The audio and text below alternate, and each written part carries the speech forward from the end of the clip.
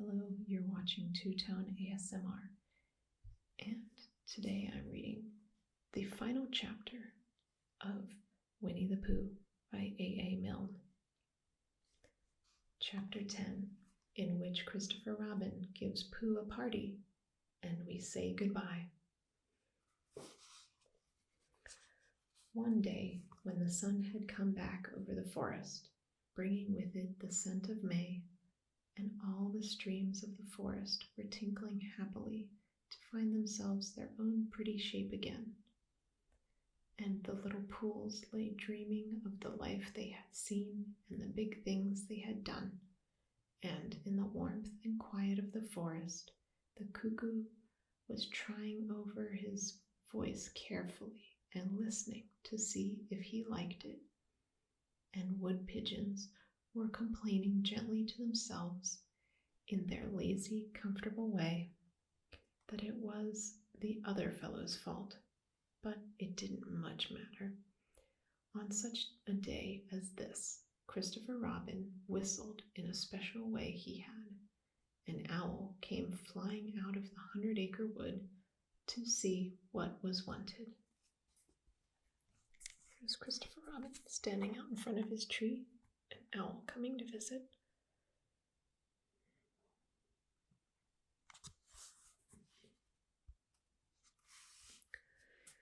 Owl, said Christopher Robin, I am going to give a party. You are you? Said Owl. And it's to be a special sort of party, because it's because of what Pooh did when he did what he did to save Piglet from the flood. Oh, that's what it's for, is it? Said Owl. Yes, so will you tell Pooh as quickly as you can, and all the others, because it will be tomorrow. Oh, it will it? Said Owl, still being as helpful as possible. So, will you go and tell them, Owl? Owl tried to think of something very wise to say, but couldn't, so he flew off to tell the others, and the first person he told was Pooh. Pooh, he said, Christopher Robin is giving a party. Ah, said Pooh, and then, seeing that Owl expected him to say something else, he said, will there be those little cake things with pink sugar icing? Owl felt that it was rather beneath him to talk about little cake things with pink sugar icing, so he told Pooh exactly what Christopher Robin had said, and flew off to Eeyore.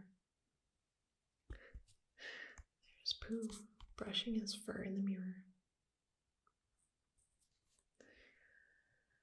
A party for me, thought Pooh to himself. How grand! And he began to wonder if all the other animals would know that it was a special Pooh party, and if Christopher Robin had told them about the floating bear and the brain of Pooh and all the wonderful ships he had invented and sailed on. And he began to think how awful it would be if everybody had forgotten about it and nobody quite knew what the party was for. And the more he thought like this, the more the party got muddled in his mind, like a dream when nothing goes right. And the dream began to sing itself over in his head until it became a sort of song. It was Anxious Pooh Song. 3 cheers for Pooh. For who? For Pooh. Why, what did he do? I thought you knew. He saved his friend from a wedding. 3 cheers for Bear. For where? For Bear. He couldn't swim, but he rescued him. He rescued who? Oh, listen, do. I am talking of Pooh. Of who? Of Pooh. I'm sorry, I keep forgetting. Well, Pooh was a bear of enormous brain.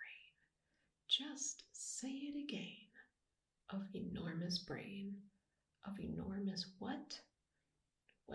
he ate a lot, and I don't know if he could swim or not, but he managed to float on a sort of boat. On a sort of what? Well, a sort of pot. So now let's give him 3 hearty cheers. So now let's give him 3 hearty witches,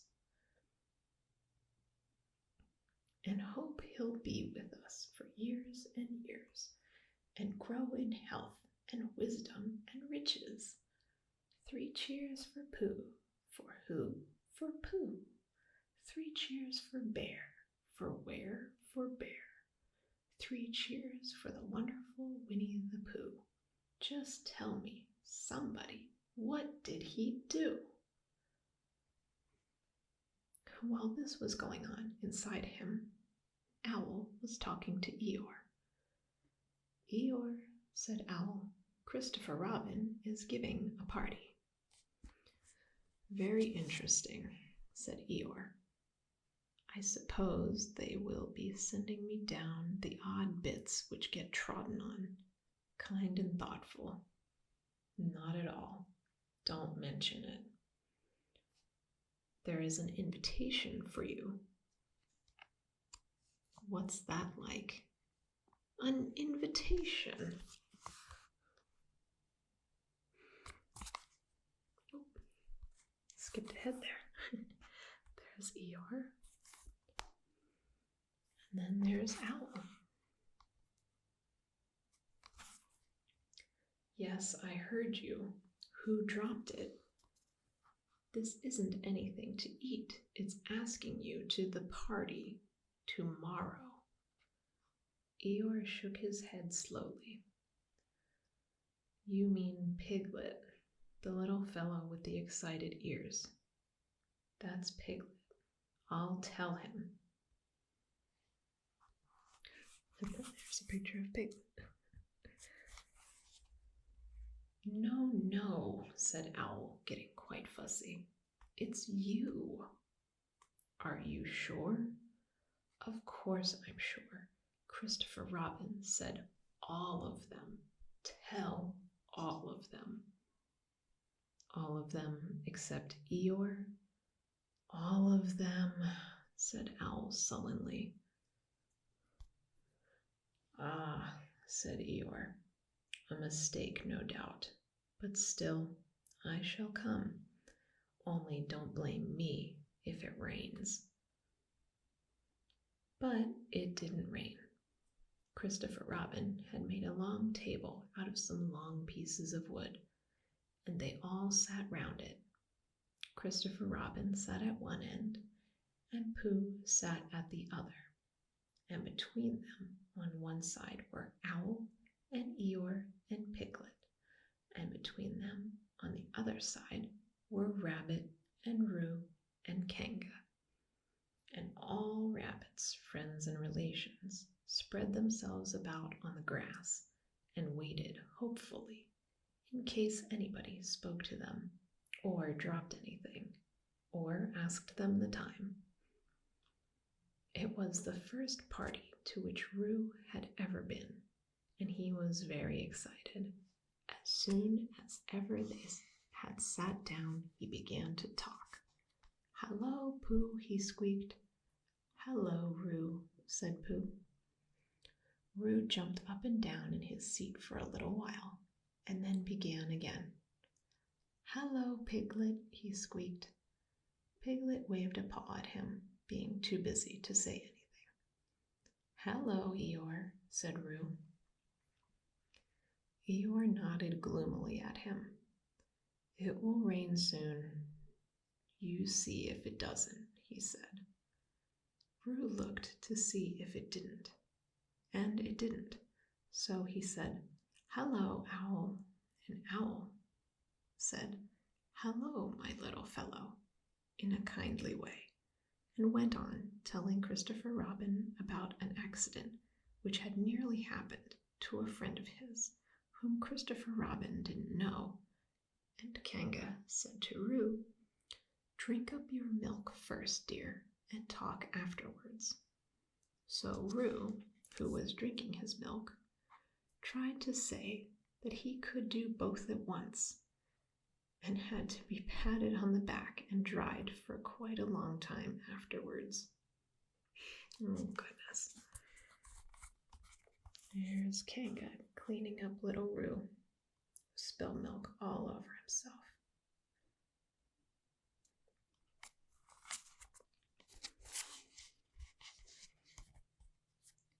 When they had all nearly eaten enough, Christopher Robin banged on the table with his spoon, and everybody stopped talking and was very silent, except Roo, who was just finishing a loud attack of hiccups and trying to look as if it was one of Rabbit's relations.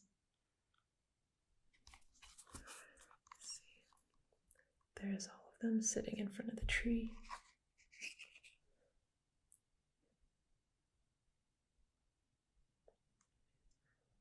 Hopefully you can see all of it.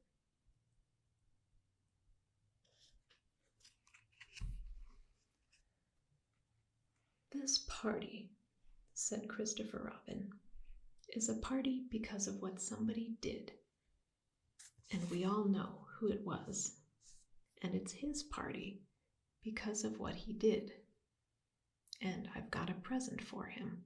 And here it is. Then he felt about a little and whispered, "Where is it?" While he was looking, Eeyore coughed in an impressive way and began to speak.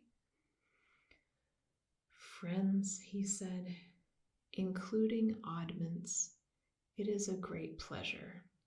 Or perhaps I had better say it has been a pleasure so far to see you at my party. What I did was nothing, any of you, except Rabbit and Owl and Kanga, would have done the same. Oh, and Pooh. My remarks do not, of course, apply to Piglet and Roo, because they are too small. Any of you would have done the same. But it just happened to be me. It was not, I need hardly say, with an idea of getting what Christopher Robin is looking for now." And he put his front leg to his mouth and said in a loud whisper, "Try under the table." "That I did what I did, but because I feel that we should all do what we can to help. I feel that we should all..." said Roo accidentally. "Roo, dear," said Kanga reproachfully. "Was it me?" asked Roo, a little surprised. "What's Eeyore talking about?" Piglet whispered to Pooh. "I don't know," said Pooh rather dolefully. "I thought this was your party." "I thought it was once, but I suppose it isn't." "I'd sooner it was yours than Eeyore's," said Piglet. "So would I," said Pooh. "Hup," said Roo again. "As I was saying," said Eeyore loudly and sternly, "as I was saying, when I was interrupted by various loud sounds, I feel that..." "Here it is," cried Christopher Robin excitedly. "Pass it down to silly old Pooh. It's for Pooh." "For Pooh?" said Eeyore. "Of course it is, the best bear in all the world." "I might have known," said Eeyore. "After all, one can't complain. I have my friends. Somebody spoke to me only yesterday. And was it last week or the week before that Rabbit bumped into me and said, 'Bother. The social round. Always something going on.'" nobody was listening, for they were all saying, "Open it, Pooh, what is it?" "I know what it is." "No, you don't," and other helpful remarks of this sort. And of course, Pooh was opening it as quickly as he ever could, but without cutting the string, because you never know when a bit of string might be useful. At last it was undone. There he is, opening his gift while everyone's crowding around.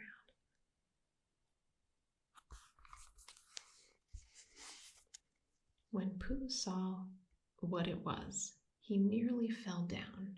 He was so pleased. It was a special pencil case.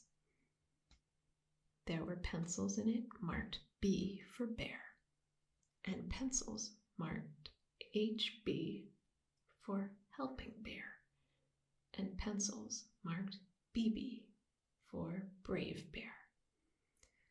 There was a knife for sharpening the pencils, and India rubber for rubbing out anything which you had spelt wrong, and a ruler for ruling lines for the words to walk on, and inches marked on the ruler in case you wanted to know how many inches anything was, and blue pencils and red pencils and green pencils for saying special things in blue and red and green. And all these lovely things were in little pockets of their own in a special case, which shut with a click when you clicked it. And they were all for Pooh. "Oh," said Pooh. "Oh, Pooh," said everybody except for Eeyore. "Thank you," growled Pooh. But Eeyore was saying to himself, "This writing business, pencils and whatnot, overrated if you ask me. Silly stuff, nothing in it." Later on, when they had all said goodbye and thank you to Christopher Robin, Pooh and Piglet walked home thoughtfully together in the golden evening, and for a long time they were silent.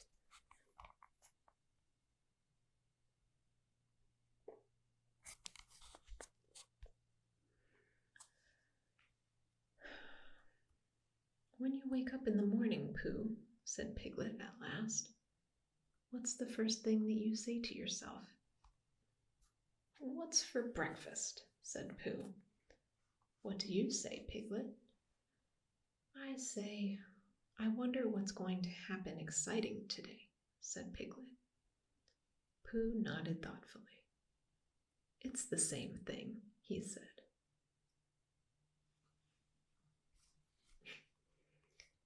"And what did happen?" asked Christopher Robin. "When?" "The next morning." "I don't know." "Could you think and tell me and Pooh sometime?" "If you wanted it very much." "Pooh does," said Christopher Robin. We're now speaking back in the real world. He gave a deep sigh, picked his bear up by the leg, and walked off to the door, trailing Winnie the Pooh behind him. At the door, he turned and said, "Coming to see me have my bath?" "I might," I said. Was Pooh's pencil case any better than mine? It was just the same, I said. He nodded and went out, and in a moment I heard Winnie the Pooh bump, bump, bump, going up the stairs behind him. The end. There's Christopher Robin with all of his plushes, Pooh and Eeyore and Kanga and Piglet and everybody.